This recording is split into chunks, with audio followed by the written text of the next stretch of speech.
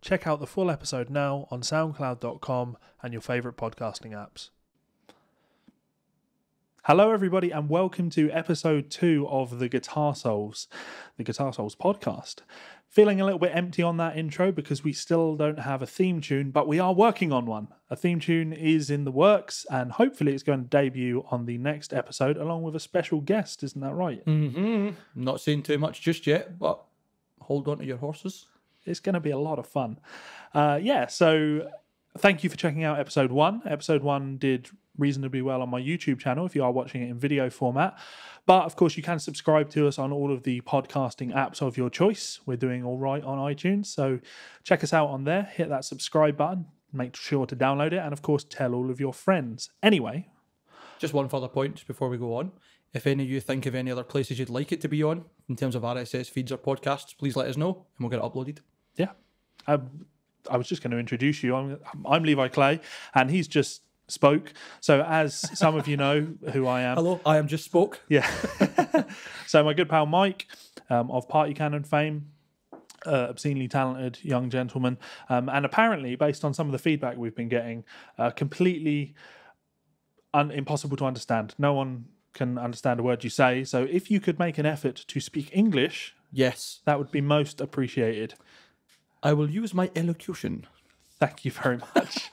I could subtitle it, but to be fair, I'd then have to decipher what you say. Sometimes I just sort of smile and nod along, like I understand. Maybe we could get the YouTube automatic subtitles, captions, and see what happens. They are brilliant. I did it for on Kendo's voice on an old Guitar Souls video that we did, and the auto ones were relatively bad. I spent a good hour or so going through like a 40-minute video correcting the automatic ones, thinking people will enjoy this. It'll be useful to people to be able to understand what's going on. Just put in the title, click on the closed captions, and you'll be able to understand what these fucking lunatics are saying. But no one clicked the captions, so that was a waste of time. So sorry for anyone that doesn't understand, Mike. You'll just kind of have to get used to it. I moved to Scotland, and I remember that fear. The first, I've told all of my friends this many times, but I've never told it to the world. When I first moved to Scotland, there was this very genuine fear inside me. After I moved in on the first night, I was living on my own. Everyone left, and then the next day, I had to obviously go out, do things, go to the shops, stock up my fridge, and there was like a genuine anxiety around the idea of what if I have a conversation with someone I don't understand what they're saying. But that's completely gone now. So honestly, you do get used to them. It can just take a few years, unfortunately. If it makes you feel any better, there's times where sometimes I go out and go, I don't have a clue what that person said. Like, not even the foggiest. Yeah, it will happen from time to time. Yeah. So we're going to mix the format up a little bit. This time, again, we're obviously taking feedback from people whenever you have it. Any feedback is obviously appreciated. We did a little bit of news last week, and we are making note of any great news stories that we notice, things to talk about, and then to spur further discussion. So we're going to start out with something that's now actually a week out of date, unfortunately. But Van Halen 1, the first Van Halen album, just turned 40 years old. I wasn't born then, yeah. And even I feel old. That's scary. That was the first, probably my dad, when I was, I don't know, maybe 10, gave me a cassette tape, and on one side it had about 3/4 of Van Halen 1, and on the other side it had 3/4 of Malmsteen's Rising Force. Yeah. That sounds like the best mixtape ever. Yeah, I thought it was shit when I was young. We all make mistakes. I look back on that actually, and I remember it very fondly. And I think of my dad as being, that was really cool that my dad had a Van Halen tape and a Malmsteen tape. Yep. Because obviously, as you know, my dad has a history of music. He was the bass player for Extreme Noise Terror, who were extremely noisy and terrible, I think would be fair to say. Paved the way for quite a bit of British grind alongside Napalm Death. Yeah. Those of you that know. Yeah, some people, still like them, which is fair enough. But I always thought he was really uncool. But like I say, to be given a tape like that, I think, well, that's actually quite cool. And I bought it up years later. I was like, I remember that tape that you gave me, Dad. I didn't really enjoy it at the time, but I love those albums now. And he turned to me and was like, oh, yeah, that tape. That wasn't mine. Are you serious? Yeah, Matthew gave me that as a mixtape. And I just wanted to get rid of it, to be honest, because I thought the music on it was dreadful. So thanks, Matthew, I guess. But yeah, Van Halen 1, it is an incredible debut album. It Absolutely. is one of my favourite records. We're still talking about it 40 years on and celebrating its fucking anniversary. That's enough. What would be really cool would be to have a guest on, which we don't have, to talk about the impact that album will have had on them in 78 when it came out. Because obviously you and I both went back to Van Halen 1. We'd heard a lot of music, and then you go back and check out the bands that were influenced. I can only imagine what it must have been like to, be into Zeppelin or whatever, and then hear Van Halen 1. Just outrageous, absolutely outrageous album. I can imagine even Jimmy Page would be like, who the fuck is this guy and what is he doing? Yeah.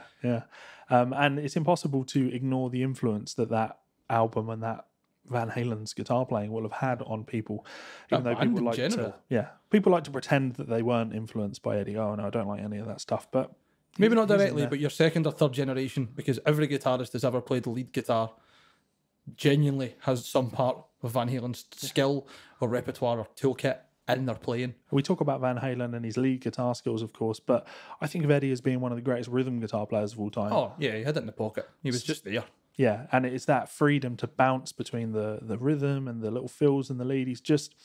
He's playful. You know what I mean? When you listen to Van Halen 1, it's just like someone having fun. Yep. As I think Nuno Betancourt's quite similar as well at times. That kind of, it's serious, it's still really skillful, but it's made to look so easy because it's someone just naturally doing what they think's the best part next. I don't know why I'm hand gesturing, but... Yeah, so killer album. I like to work on some of the songs from that with students, and they still pose a struggle today. And again, it's like rhythm, it's groove. I love the song I'm the One. It's got that killer kind of shuffle feel to it, but it's not like a stiff by the book shuffle. So if anyone wants a challenge, just nail that intro riff on I'm the One and really get it the way Eddie plays it. Just astonishing, absolutely astonishing. It was 3 years ago now, I travelled across to New York to see Van Halen. It was a big part of the reason I wanted to go over to New York, because... Is that when David Lee Roth went back to the band? Yes. Interestingly, we'll be talking about that gig for another subject later on today. Oh, interesting. Yeah. So why don't we talk about the subject of debut albums then? Because debut albums, they're important. If very few bands are lucky enough to release a terrible debut album and then get a second chance. Yep.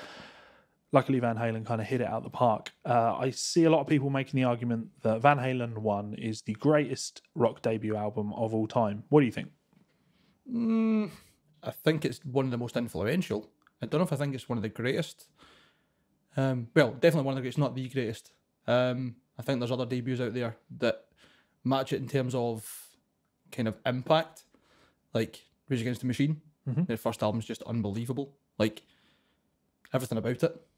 Tom Morello's guitar playing, the drumming, the bass playing, the tone, the actual recording skill. Zack De La Rocca being just Zack De La Rocca. Yep. And it's more of that feeling, again, for me, with Rage Against the Machine, of, I feel that if you heard that album, when did that come out? What, 90, 91, 90, 94? I'm just throwing numbers out here. I'm not sure. It's a mid-90s thing, I'm sure. Yeah, no, I've never been a huge Rage Against the Machine fan, and I feel that the reason for that is probably because I wasn't there when it initially launched, hit, when it happened. I can listen to that album and try and appreciate the context and the time and the music that was happening at the time.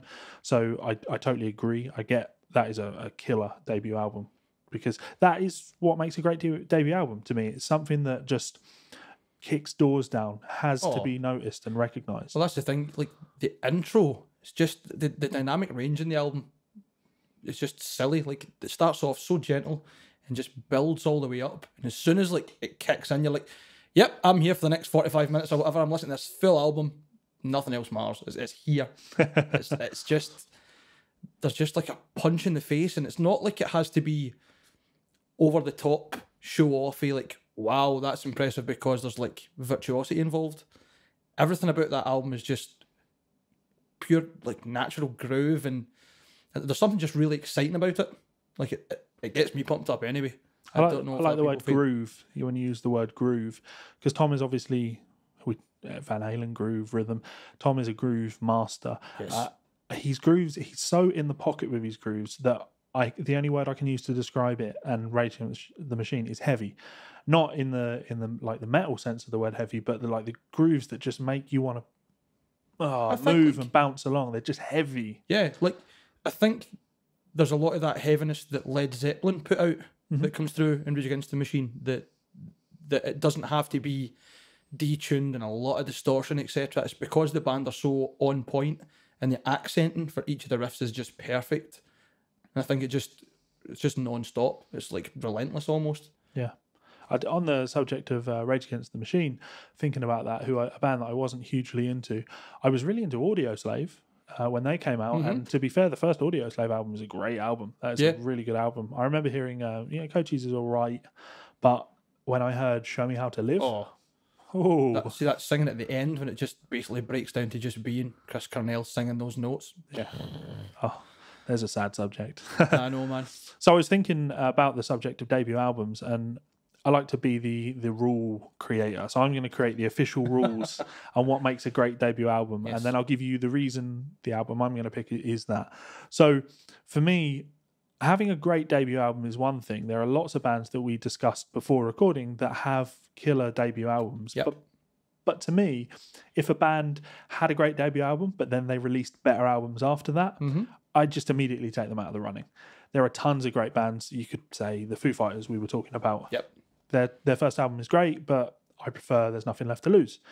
I prefer one by one. Yeah. Or which other bands did we mention? You could talk about bands like Iron Maiden or Megadeth. Megadeth, perfect example. You were initially making the point that their debut album is... How could that not be one of the best debut albums of all time? It's outrageous, some of the stuff that goes on in that album. Yeah, and then I just said, but Rust in Peace. I know. You're right, and your point was that you pretty much could fight anyone to the death over the fact that Rust in Peace is the best guitar album.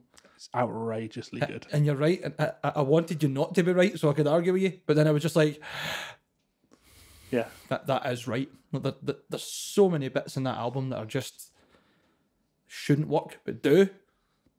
Attitude, love it. That's exactly it. Everything about it's just so good. And it's crazy actually thinking about it because Marty Friedman isn't like one of my biggest influencers or favourite players, but maybe I need to reevaluate that because you can put Rust in Peace on any hour of the day and I'm in. I'm going from start to finish. I'm much the same. And I think, you know what it is? I know what you mean by that. I love Marty Friedman in Megadeth on the right albums. Yep. So it's contextual. But then you take Marty, some of his solo stuff I'm not big on. There's just something about it. And then when he was talking about going on to like I think it was the J-pop stuff he was about to do as well. And it's not really for me. Yeah. But then starts playing Tornado Souls and you're like, okay, absolutely 100% Lucretia, throw it right at me. Yeah. No bother. And then you say Tornado Souls again, like one of the greatest metal solos of all time, but we're getting sidetracked. Yes, sorry. So the band that I would throw out would be Guns N' Roses. Yep. And I would love to make the case for Van Halen. I would love nothing more. In fact, I've written articles in magazines in the past fighting the case for Eddie Van Halen being the most important electric guitar player that ever happened. People will always make the case for Jimi Hendrix, but in music school, guitar education isn't taught pre and post Jimi Hendrix. The game changer was Eddie Van Halen. You're right. It's pre 78 and post 78 guitar, and rock guitar is broken down into those two things. So I absolutely love and respect Eddie Van Halen. Love Van Halen 1, but to me, I prefer Van Halen 2. I love Van Halen 2. So I can't in good conscience say that Van Halen 1 is the greatest debut of all time. Guns N' Roses, on the other hand... You did mention this and I can't argue. Appetite for Destruction is... Not only is it a belter of an album, and I can put that on again any time of the day and absolutely love it, Guns N' Roses, I don't think, ever came close to having anything as consistently good as Appetite. You could make the argument that Use Your Illusion 1 and 2 have got some really top-notch moments on them. Yep. But they're not great start to finish. No. Appetite for Destruction is a fucking banger from the moment you hit play to the moment it ends. You're absolutely Welcome to the Jungle, Rocket Queen, A to Z. It's just there. You know what I mean? I totally agree. I think you're absolutely right. That there's just something... They were on the ball for that full album. Everything about it was so consistent, to use the terminology you were using, and natural, and just like they were in the zone when they wrote the full album. and everything about it was just like, can you imagine like the electricity, the feeling there must have been in the studio when they recorded that? Like, I can't even imagine how excited everybody involved must have been. Yeah. Really. Yeah, the record label just sat there rubbing their hands together like, oh, we are going to make a lot of money on this. Absolutely. But rightfully so. So, yeah, it's absolutely just astonishingly good album, and I'll love that till the day I drop dead. As much as I love Chinese Democracy, I really do, that's a different band. And again, that will come on the second subject that we're going to talk about. Yeah, so any other great debut albums you can think of, though? We actually took a look on... who was this? This was Rolling Stone's list of the top 100 debuts. There's a couple of questionable ones. Yeah, they got the Ramones. Okay, yeah, fair enough. I can understand the impact that was going to have on a generation of people. They put the Sex Pistols in there. That single album. Yeah, I mean, it is a great debut album, to be fair, but it's also their only album, so only proper album. So I don't know about that. They've put in the Jimi Hendrix album, Are You Experienced? Oh, fair enough. Definitely. In terms of, like, just you're talking about the same idea as the Ramones, the impact of it, given its context, its time, the kind of music that was round about it, all that stuff. But can you remember what they put at number one? I can actually, yes, and it was not what I would say is the number one debut album of all time, personally. And it was? It's right in front of you. Go on, Sam. I know. I don't really want to, because I think it's quite embarrassing to think that a magazine that's designed to talk about rock music and rock heritage and history would attribute that to... The Beastie Boys. License to Ill. Or License to 3, if you want to... if you want to go that Roman numeral. Yeah, fair enough. If that's obviously some writer's opinion, and someone feels that, and I'm sure they could make a good case for that. So. Oh yeah, like the Beastie Boys are good. They had a strong kind of cultural influence as well. You think about it. Well, a lot of the stuff they did was still high profile now. Even you still hear people like, fight for your right to party, Sabotage, etc. Like Intergalactic Planetary. How's it Planetary Intergalactic? Can't remember the name yet. Sorry, do I look like a Beastie Boys fan to you? Everybody's a Beastie Boys fan. We just don't know it. It's like whiskey. You closet, just find the right one. That's true, yeah. So, yeah, obviously, like, me being me, I could jump into a load of other different genres, and I'd make a case for things like Jerry Reed's first album, The Unbelievable Guitar and Voice. That's killer, but I don't know. Like, I'm just always going to come back to Appetite for Destruction. I can't think of anything else that tops that at all. I think I was quite struggling when we were talking beforehand about debuts that I thought would be contenders strongly, but that, like, even if I could sit and think about it for days and days, I think Appetite for Destruction is definitely number one. And even if you decide it's not your number one, it's going to be a serious contender no matter what way you look at it. So, and I think it's going to be quite an emotional choice rather than a rational one if it's someone that then picks another album as their number one debut, because it's going to be linked to, well, I heard that when I was whatever age, or that had this impact on me. Yeah, which is a good thing. That's what music's supposed to do. It's supposed to bring out emotion. And to be fair, there's probably a lot of that with why I'm picking Appetite, because I'm never going to forget the first time I heard that album. I'm never going to forget the 10,000 times I've listened to the album. Every one of them. Killer album. So what do you guys think? If you're watching on YouTube, drop us a comment. If you are listening on our SoundCloud page, you can obviously leave a comment below and let us know what you think about that. Other podcasting services probably can't leave a comment, but you can tweet abuse at us if you like and let us know what you think. Obviously, we're always interested in what you have to say. So absolutely. Please do let us know what you think.